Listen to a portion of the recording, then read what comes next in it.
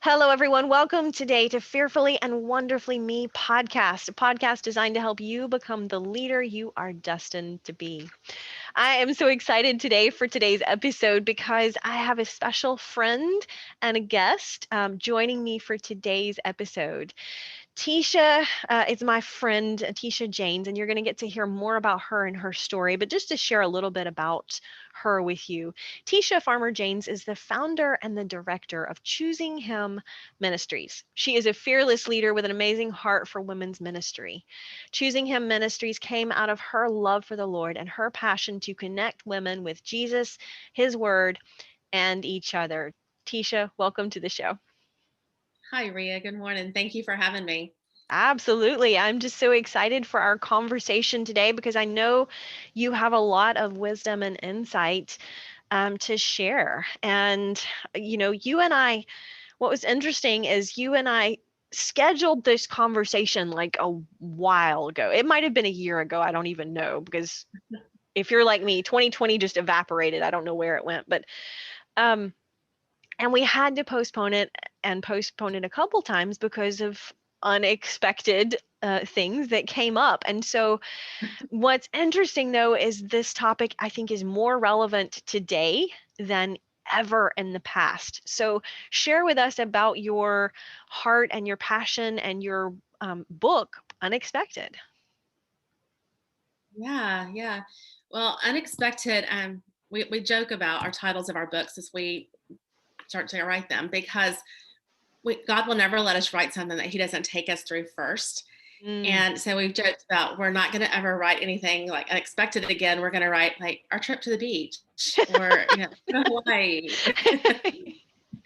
It's so much more fun than having to wade through the muck of something that is unexpected. And when we started to write this, it was in 2019. I think that's right. Um, like you said, I've lost 2020, so the years have just kind of messed together. But it became a year of health problems for me, and Mm. surgery and blood clots and all kinds of mess. The girl who wrote it with me, Bre Harper, she had went through some really tough times personally too. It was just a huge attack. And everything was, we were blindsided. Everything was unexpected. And so we were like, this was a horrible title for us to write through because there was a lot of refining and a lot of how are you going to choose to respond when God throws or allows something that's unexpected in your life. And we had some, hard conversations with God and in turn he with us as well. How are you going to Mm. respond to this? So yeah, and then of course 2020 hit and unexpected became the theme of the entire world. And then yeah, it's been hard. And then we lost my mom to COVID as well. Mm. And so that has been the newest and the hardest unexpected that we've had. But I'm so yeah, it's sorry. hard to I'm so Mhm. sorry. I know I haven't experienced that personally, but I know that you were very close to her, and so I'm sorry. I'm sorry for your loss. Something that you said was pretty profound is God is often giving us unexpected things in life. That's just the way life works. But it's up to us how we're going to respond back when life doesn't go like we plan, right? We all make plans and then life happens. And this year has just been such a reminder of that for so many. But it's also been a test of faith for choosing how are we going to respond to these crises and these situations and these challenges and trials and adversities. And they're not fun, right? It's not fun when life is unexpected, but I still have a choice in how I show up to that. Mhm.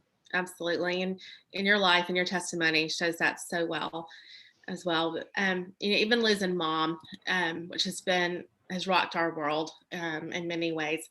We've been able to look back over the past year and really see the moments that we got to be with her, the intentional times that each one of there's three girls, each of us got to be with her. And even last summer, in the midst of COVID, we were able to go and move her into a new home, and it was on the lake, and we moved her in and stayed for like 2 months. And we were in a little bubble that really didn't know what was going on, except that we couldn't leave. We couldn't go out to eat. We couldn't go shopping. We all had to stay put. But just looking back on something that was so unexpected, and a final blessings that we would have with her, not knowing what was even coming around the bend. But I have to say, Rhea, we can miss all those blessings if we don't choose to look for them. And Mm, that's again the theme of our life is, we have to look for God's hand because it's always working. He is always active. He's not just a passive God who's sitting there saying, I'll catch you when you fall, or I'm here when you need me. He's always in the midst of our life and always working, but we can miss it if we're not looking for him.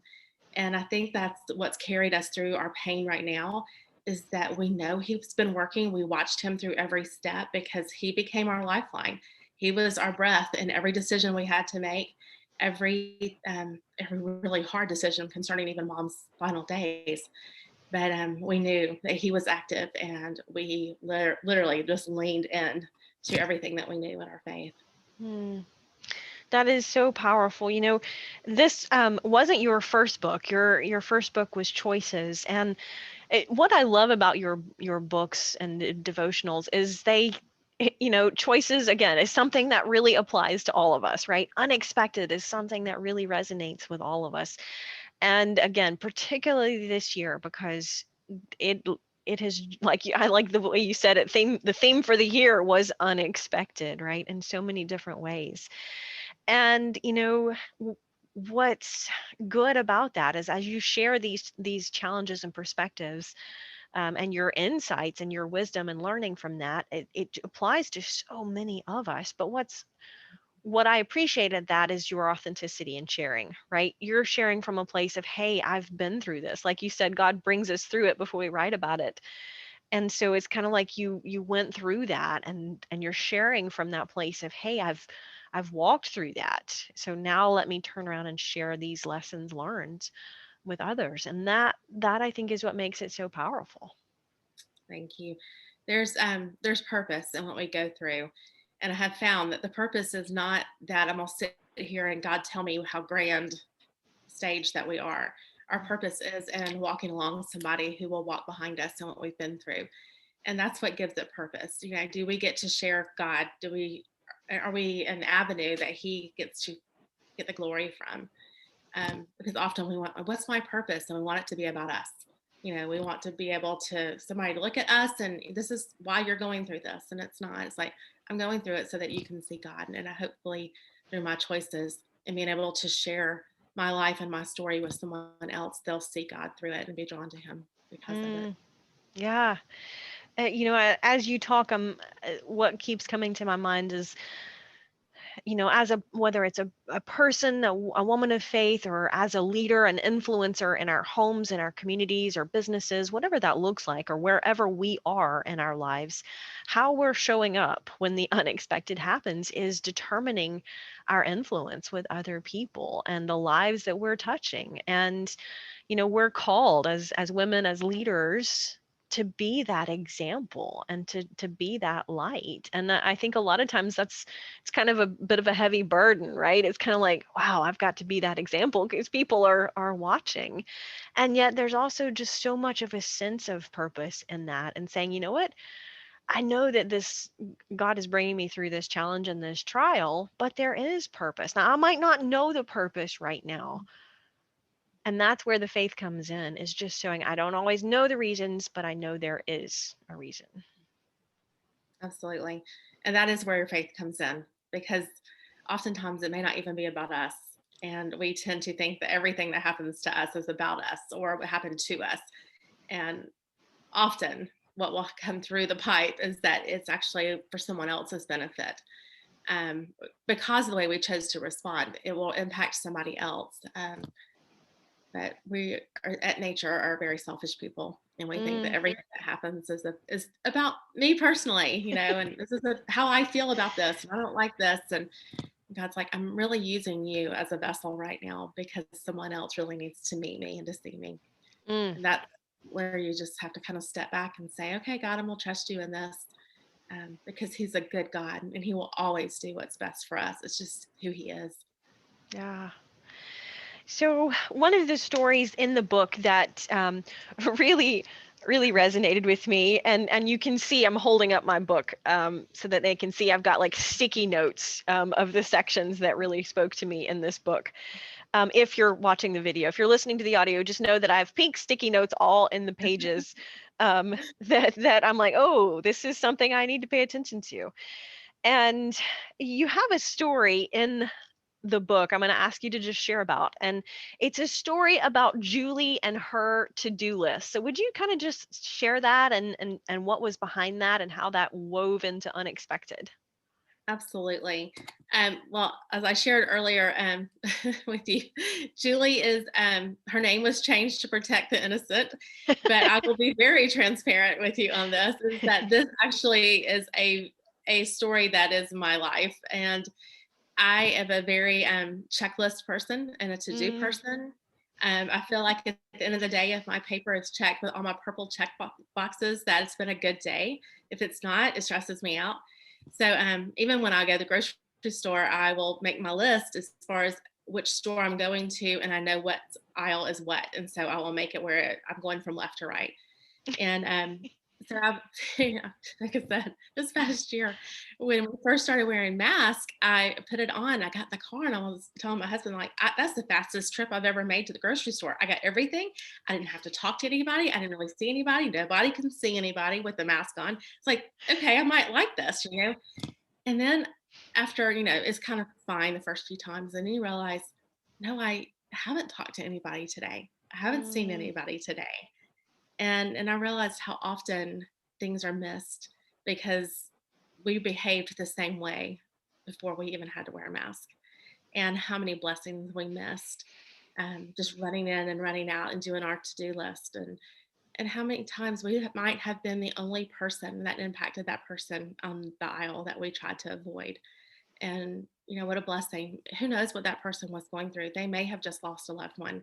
This might have been their first time out and have been alone even through COVID, for 6 months or whatever. But just to have somebody even reach up and hand them something that they couldn't get in the aisle before, just any way, is the smallest way sometimes are most impactful. mm. That is so powerful, and again that resonated with me because I'm that to-do list person. I have an app on productivity. It's on my desktop, it's on my phone, and I get to check off the boxes uh, and I'm very task focused and get it done, and that can be a strength, but I also recognize that sometimes I'm not maybe allowing those opportunities for unexpected interactions that can be right opportunities. They can be a blessing, and it's a powerful reminder to say, you know what, sometimes we need to be open to the moment, right? Don't lose the spontaneity and the opportunities for those small interactions that can be very big interactions. Mac Absolutely. always says, when you touch a life, you don't always feel it, and that's what's come to mind when I hear you talk about that. Yeah. And if you think back at Jesus' life and what he didn't carry around a to-do list. He just lived with people. He Mm, interacted with them. He got to know who they were, and just doing simple life. There were times when he spoke, like the Sermon on the Mount, and he spoke to lots of people, but the majority of his life was spent just doing life one-on-one with people. And we get away from that. yeah, that's true, isn't it? Just doing life with people and being open to that. Uh, Sometimes, some of us are more people focused and some people are more task focused, but whether we're task focused or people focused, the whole point is to just move more toward that example that Jesus set for us. Mhm. Yeah. Part of growth. Yes. So where did the idea, I mean, you touched on, God brings us through it and then we write about it, but where did the title or the theme unexpected come from anyway? Yeah. Um, I've been studying about the woman at the well, and if you're familiar with the story, it's in the Bible, and there's a Samaritan woman who had been rejected by her town. She had had a life of hard choices. Some were hers, some were inflicted on her by other people. But she lived in a community that was rejected as a whole in society. Um, she even had to go to the well to get her water at a time when the other ladies did not, because she was ridiculed. So she would go in the heat of the day. Mm, And the story came about where Jesus enters this city, and it's not a city that Jews were expected or even went to. It was shunned. So Jesus made a detour through this city, and he meets this woman at the well. Um, not by accident. He sends the disciples into the city to get food. And so he has an encounter with this lady one on one. And basically, what he's saying is, I see you. I forgive you. Quit doing the things you've been doing and follow me. Make me, this relationship, a priority of your life. And it was something in her life that was an encounter that was unexpected. It was not something she was seeking. It's not something she even knew was an opportunity or was even available to her. And so to watch her life completely change, where now she had purpose, she had acceptance, she felt seen for the first time in her life, which is what we need. You know, all of us need to feel seen. We need to know and to feel like we're not alone in this world, more so than ever with this pandemic. Um, but a lot of us need to know that there is something available to us that is so bigger than the way that we've set our life up. mm, Um, we also need to know that we're forgiven from the hard choices that we've made before, the bad choices that we've made that may have steamrolled consequences that have really impacted our lives and the ones that we love. But we also need to know the freedom and the restoration that can come from someone else's bad choices that were inflicted upon us, and that God's big enough to handle that as well. mm. Yeah, that is so powerful. And just when we think about that and like you said, the consequences and choices and how that interacts and impacts not just our lives, but the lives of those people around us. And we don't often think about that for sure. So a lot of insight in there. So dare I ask what the theme for the next book is going to be, or if there is a next book on your horizon? There is. There's a couple.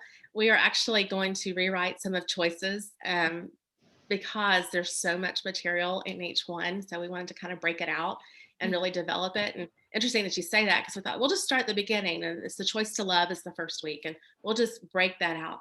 And then I started realizing, no, the theme for this past year has really been trust. You know, Mm, trust God, but also as a society and politically, we're all like, who do we trust? mm, So there was such a conundrum and even a conflict in our lives about truth. And so we decided to write it on the choice to trust. And as well, we're also working on a book called, well, I don't know the title yet, so I'm not going to share that yet because we're still working on that. But it is about the life of Moses and how our lives parallel each of the events of his life and how God showed up in each one of them. And we'll have lots of people's testimonies woven throughout that really shockingly, I mean, we don't think that we are relatable to the people in the Bible, but it was really cool to see that this person's testimony actually looks just like Moses did when he was at the Red Sea. And there's so many parallels. So that'll be the next one that I'm working on. that sounds pretty powerful. Um, yeah, it's interesting that you say that because I think a lot of times we don't think of ourselves as relatable to the people in the Bible, right? We have heard these stories and we've read about these stories sometimes for our whole life, and we think, well, that was great and that testimony was great for this person, but my life is different. My life looks different. And while the day-to-day things that we do, sure, that looks different than it did 2000 years ago, the at the foundational core level, we're still just people making mistakes and learning, how to overcome ourselves and walking through the trials and the challenges of life, and that hasn't changed, right? I love the term Jonah days, right? I'm like, when you're having a really bad day, that's a Jonah day, but I your like worst that. day, you probably haven't been swallowed by a whale. So just keep that in perspective. it, Right. it I could like be that. worse. That's right. That's right. I like that. And the Bible's very clear. There's nothing new under the sun. And we think, yes, it looks differently. But the bottom line is we still have the choice to choose Him, to Mm. choose God, or to choose ourselves. And our life unfolds based on that choice in and of itself. So, yeah, but the Bible, I've come to really love the Bible as an adult versus as a child. It was something I was supposed to bring and read and get, candy if you read memorized your verse as a child. But it really is a collection, divinely inspired, but a collection of people's lives and stories and how they related and responded to Jesus. And that makes it a little bit more relatable when you look at it, because that's also, if they continue to write the Bible, each one of us would have a story in there. Like, that's what's going to be really cool about heaven, is we're going to hear each other's stories.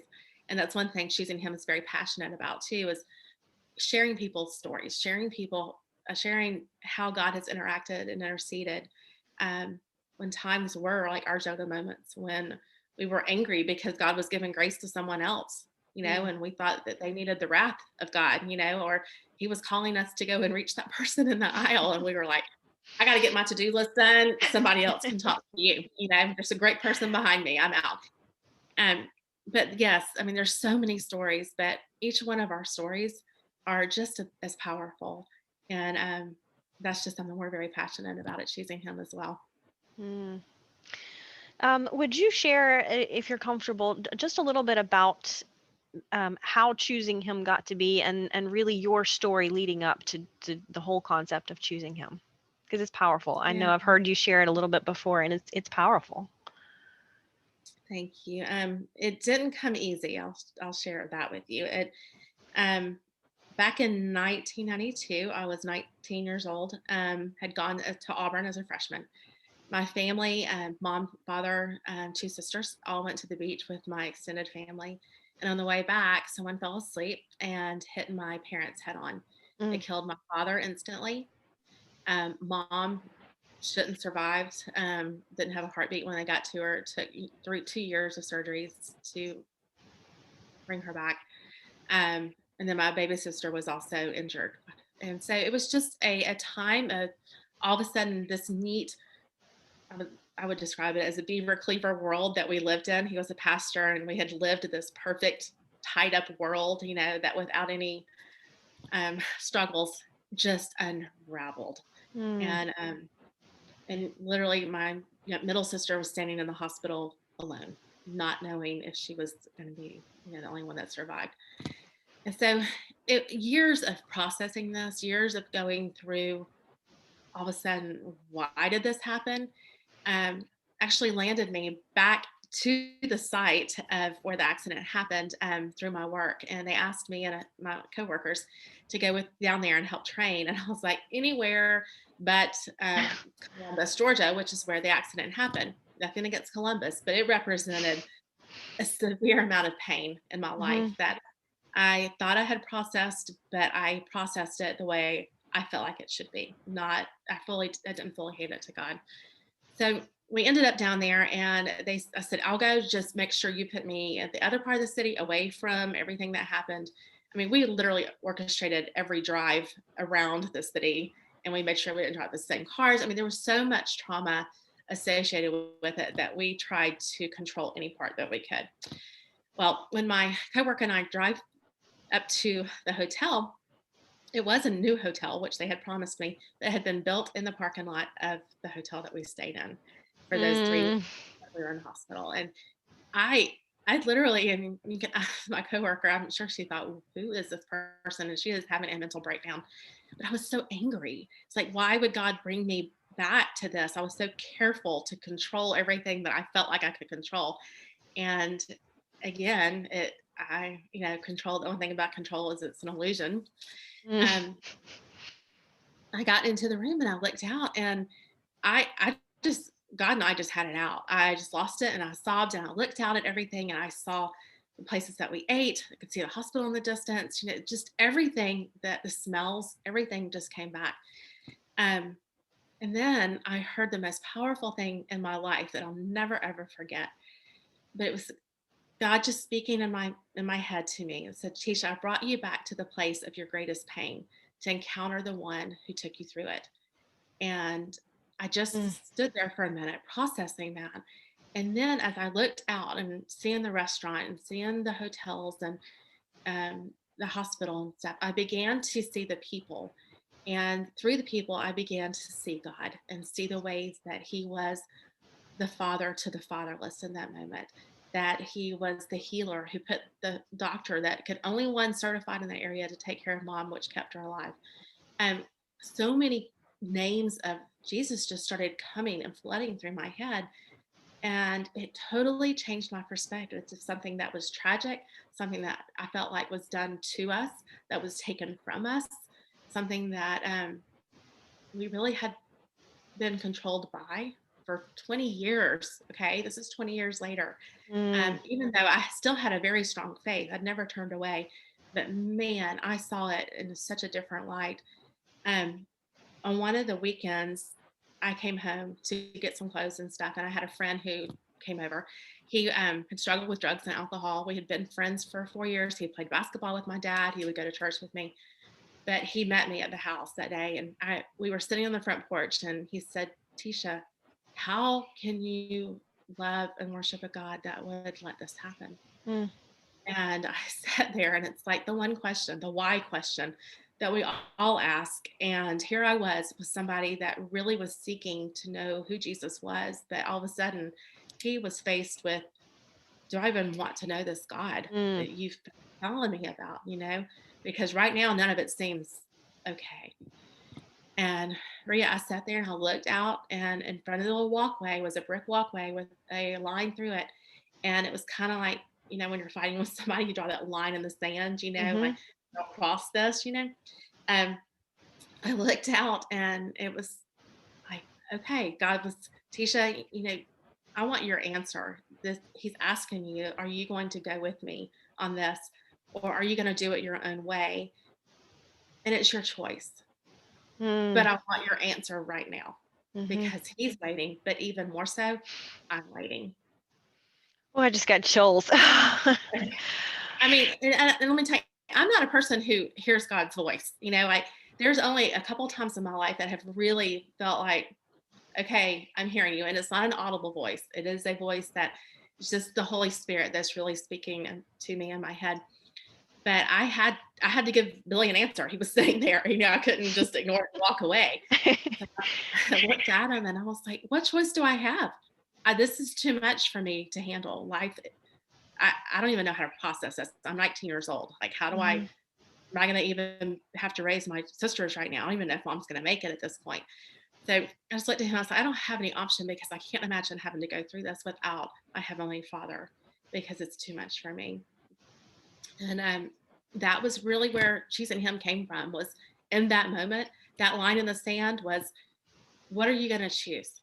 Are you Mhm. going to choose to try to fight this life through your own? And because you're going to struggle, you're going to seek, Mhm. or are you going to go and let me guide you through this and make purpose out of your pain? And that's really where Choosing Him became my anthem. It became my lifelong calling, truthfully. Mm. That is so powerful. Thank you for sharing. I mean, it's just such a strong reminder that every single one of us have those choices, and you know, they're ours to make. Um, Mhm. it's a freedom, but like any freedom, it comes with responsibility, and Yes, that's the kind of the conundrum in choices is they come with consequences, positive or negative, and absolutely. we get to choose. Tecia, thank you so much for just sharing on both unexpected and sharing a bit about your story and your passion. And there's so many good. I'm gonna have to go back and listen to this recording and get some of those quotes that you've shared. One that just really are filled with insight and wisdom. Um, Thank you. where I know your website is choosingHimMinistries.org. Are your books available there, and how do we connect with you and give us all of that information? Sure. Yes, the books are available on the website, at Amazon or Barnes and Noble as well. You can get them there, but there is a link, I think, to Amazon on our website. You can connect through us on the website. If you need to email us, it's info@choosingHimMinistries.org, and that will get you to our team as well. And we are on Facebook, Choosing Him Ministries, Instagram, and LinkedIn. Awesome. Awesome. I know you put out a regular blog and also just encouragement for women particularly. And so, yeah, it's just lots of resources where you're just putting out encouragement, and we all need that encouragement. So thank you for what you do in that. Thank you, Ria. Thank you for having me. Absolutely. Well, be blessed, and I can't wait to read the next book and see what that's all about. So I'm going to stay posted. I will put the links to your website and all of that in the show notes, because I know people are going to want to connect with you. So thank you, my friend. Thank you. It was my blessing. Have a good day. You too. Start increasing your influence and maximizing your potential with Ria's audiobooks. Available at audible.com, amazon.com, and iBooks. Please visit riastory.com to learn about Ria's books, resources, speaking, and training programs. Thanks for listening.